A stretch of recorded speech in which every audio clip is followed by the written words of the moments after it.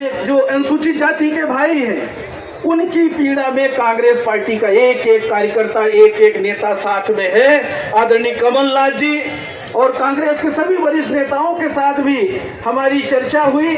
जिस दिन हम यहाँ से आंदोलन के बाद गए, भोपाल में बैठक थी वरिष्ठ नेताओं के साथ, और वहाँ जब बैठक हुई और जो आंदोलन का विषय था और जो हमने यहाँ पर आप सबके साथियों के साथ, विधायक साथी, संगठन के हमारे प्रमुख कार्यकर्ताओं के साथ हम वहाँ पर जो 14-15 घंटे बिताए थे, उसको विस्तार से हमारे नेताओं ने सुना, समझा और उसी दिन ये तय किया कि हम 24 तारीख को आंदोलन पूरे प्रदेश में करेंगे।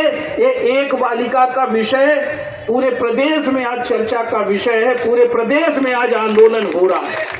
घपले घोटाले के बारे में तो आज आंदोलन हो ही रहा है, पर जो 24 तारीख का आंदोलन पूरे प्रदेश में तय हुआ वो एक बहुत बड़ा विषय, जो हम यहाँ की पीड़ा बताए और यहाँ के निर्दयी कलेक्टर के बारे में जब हमने कमलनाथ जी को, दिग्विजय सिंह जी को, प्रदेश के सारे वरिष्ठ नेता, हम 15-16 लोगों की बैठक थी, हम सारे लोगों ने जब वहाँ पे चर्चा की, हमने बताया कि हमने वो हमारे साथ, जैसा हमारे साथियों ने कहा कि हमारे साथ कलेक्टर ने दुर्व्यवहार किया, हमारे साथ दुर्व्यवहार नहीं किया, उसने अपने पद के साथ दुर्व्यवहार किया है, अपने पद के साथ दुर्व्यवहार किया है, अपनी गरिमा के साथ दुर्व्यवहार किया है, अपनी जिम्मेदारी के साथ दुर्व्यवहार किया है। कमलेश्वर पटेल विधायक के साथ दुर्व्यवहार नहीं किया है। उसने एक अबोध बालिका के साथ जो अन्याय हुआ था, उसके पीड़ित परिवार के साथ, उस वर्ग के साथ अन्याय किया है और सुना वो भी उसी वर्ग से आता है। और उस वर्ग से आने के बाद अगर उसको पीड़ा नहीं दिखाई दे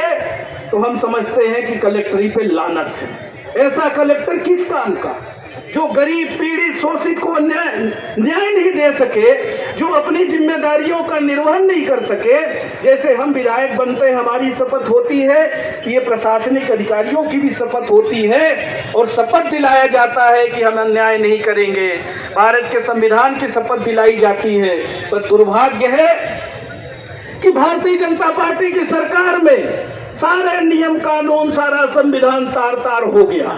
आज संविधान की कोई सुनवाई नहीं है। संविधान के बारे में सिर्फ अगर कोई सवाल करता है, बहुत दिन के बाद साहब अभी अमेरिका में कुछ बोले, वहां पे जब संविधान के बारे में दूसरे वर्ग के साथ जिस तरह से अन्याय अत्याचार हो रहा है, पहली बार किसी पत्रकार का जवाब देना पड़ा है और वहां तो जवाब दे दिया, पूरे संविधान का विश्लेषण किया कि हमारे देश में संविधान को कोई खतरा नहीं है, यहाँ हर वर्ग, हर जात बिरादरी के लोग सुरक्षित हैं। पर किस तरह से सुरक्षित है, इसका जीता जागता उदाहरण ये रतलाम है। रतलाम जिला में इतनी बड़ी घटना घटती है और अपराधी के खिलाफ जो कार्रवाई होनी चाहिए, जो न्याय मिलना चाहिए, वो न्याय नहीं मिल रहा है। तो बताइए साहब, कौन से संविधान का संरक्षण दे रहे हैं, कौन से संविधान का पालन कर रहे हैं? आज हमारा कोई पत्रकार साथी सच लिख नहीं सकता, सच बोल नहीं सकता। अगर उसने सच लिख दिया, सच बोल दिया तो जेल के सलाखों के पीछे होता है या तो उसके जान को खतरा हो जाता है। हमारे आदरणीय पारस सकलेचा जी अभी बोल रहे थे कि हमारी गाड़ी को टक्कर मारने की कोशिश की गई थी और हम बच गए। और कभी भी जो है ना हमारे साथ कोई घटना घट सकती है। उस दिन भी हमने देखा स्कूटी में घूम रहे थे, तो हमने पूछा, हमने जानने की कोशिश की, तो बोले हमारे पीछे जो लोगों ने भी बताया कि भाजपा सरकार के गुंडे लगा के रखे हैं। गुंडे और कोई नहीं है, भाजपा के नेता तो गुंडे सबसे बड़े हैं ही, उससे बड़े गुंडे अधिकारी कर्मचारी हो गए।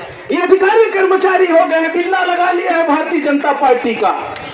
और ये भ्रष्टाचार की फाइलें आप सतपुड़ा भवन से जला दीजिए, आप सारे घपले घोटाले जला दीजिए, पर जनता ने, प्रदेश की जनता ने सारे घपले घोटाले अपने दिल में बसा के रखा है। तुम जला दो, जितनी फाइलें जलाना हो, इस बार तुम्हारी गद्दी जाने वाली है, जाएगी जाएगी और हम सब लड़ेंगे। और ये लड़ाई की अभी शुरुआत है, अभी शुरुआत है।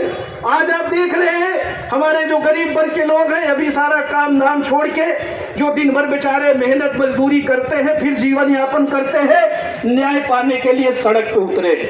हम लोगों की भी जिम्मेदारी है। और कांग्रेस पार्टी ने हमेशा चाहे वो अनुसूचित जाति का व्यक्ति हो, अनुसूचित जनजाति का हो, पिछड़ा वर्ग का हो, अल्पसंख्यक हो, किसी भी जात बिरादरी का हो, सामान्य वर्ग का हो, सबको न्याय देने का काम किया है और उन्हीं के लिए नीति और नियम बनाया है। तो दुर्भाग्य है कि जो भी कानून बना था वो पूरे कानून की धज्जियां उड़ाने का काम लगातार भारतीय जनता पार्टी की सरकार में हो रहा है।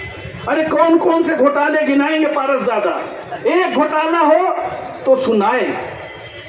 व्यापम घोटाला, लाखों बच्चों का भविष्य खराब करने का दोषी कौन है? यही भाजपा की सरकार है, जहां जिस व्यापम के माध्यम से मेडिकल कॉलेज की परीक्षाएं होती थी, नौकरियों के लिए परीक्षाएं होती थी, इंजीनियरिंग के लिए परीक्षाएं होती थी, वहां मुन्ना भाई परीक्षा देते थे। मुन्ना भाई परीक्षा देते थे, डॉक्टर बन जाते थे। और पैसा कौन लेता था? भाजपा के नेता। भाजपा के नेताओं को अपराधी नहीं बनाया, जिसने पैसा दिया, जिसने कॉपी लिखी और उनके परिजनों को अपराधी बना दिया। और जो बड़े बड़े घोटालेबाज थे, जिनकी तिजोरियां भर गई, वो घूम रहे खुल्लम खुल्ला घूम रहे हैं। और भाजपा के नेता गलवहियां लगाते, उनके साथ मीटिंग करते हैं, उनका अभिनंदन करते हैं। ये अंतर है कांग्रेस और भाजपा में। कांग्रेस के नेता कई अवसरों पे अगर एक भी आरोप लगा है, यही शिक्षा मंत्री थे लक्ष्मीकांत शर्मा जी, कांग्रेस पार्टी। लक्ष्मीकांत शर्मा तो घोटालेबाज थे भाई, वो तो चले गए इस दुनिया से। राघव की और उनकी बात मत करो आप, उनकी बात मत करो आप, वो तो घोटालेबाज थे, कभी इस दुनिया में ही नहीं रहे। पर हम बात कर रहे हैं जब कांग्रेस की सरकार थी और किसी हमारे शिक्षा मंत्री के ऊपर आरोप लगा था, दादा आपको ध्यान होगा, उनने इस्तीफा देने का काम किया था, जबकि कोई आरोप भी सिद्ध नहीं हुआ था। हमारे भारत देश में यूपीए की गवर्नमेंट थी, यूपीए की गवर्नमेंट में अभी तत्काल में बहुत सारे घोटालों का आरोप लगा दिया। 2G, 3G, 4G, पता नहीं कौन कौन से घोटाले गिना दिए। और हमारे नेताओं ने, सोनिया जी ने, राहुल जी ने, मनमोहन सिंह ने मंत्रियों से इस्तीफा लेने का काम किया था। पर जब जांच पड़ताल हुई, कहीं कोई घोटाला नहीं निकला, सब बरी हो गए। पर ये भाजपा और कांग्रेस में चरित्र का अंतर है। अभी आपका रेलवे में इतनी बड़ी दुर्घटना होती है, हजारों लोगों की जान चली जाती है, प्रधानमंत्री भी जाते हैं, फोटो खिंचा के चले आते हैं, पर आज तक किसी के ऊपर कोई कार्रवाई नहीं होती। सीबीआई जांच दे देते हैं, ईडी जांच दे देते हैं। इनके पास तो एक ही आजकल चारा है, जांच कराने का आदेश दे दो। और जो कांग्रेसी है, जो इनके खिलाफ बोलता है, उनको जेल में डालने का आदेश दे दो।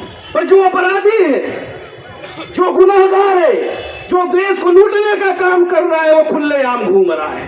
हजारों करोड़ रुपए लेकर देश का भग गए कई, नीरव मोदी, ललित मोदी, कौन कौन है साहब। इसमें भी केस रजिस्टर्ड हो जाता है, गलती से कोई नाम नहीं निकल जाए। एक बहुत बड़े चौकीदार, ऐसे चौकीदार निकले कि आज हमारे देश की सारी संपत्तियां लुटा दी, सारी संपत्तियां देश की लुटा दी।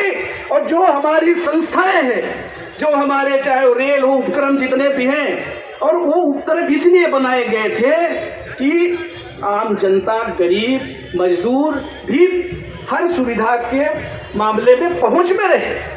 पर दुर्भाग्य है कि हमारे जो नेताओं ने देश को आजादी दिलाई, देश को बनाने का काम किया और सबकी सुविधा के लिए जो संस्थाएं खड़ी की थी, एक एक करके बेचने का काम किया।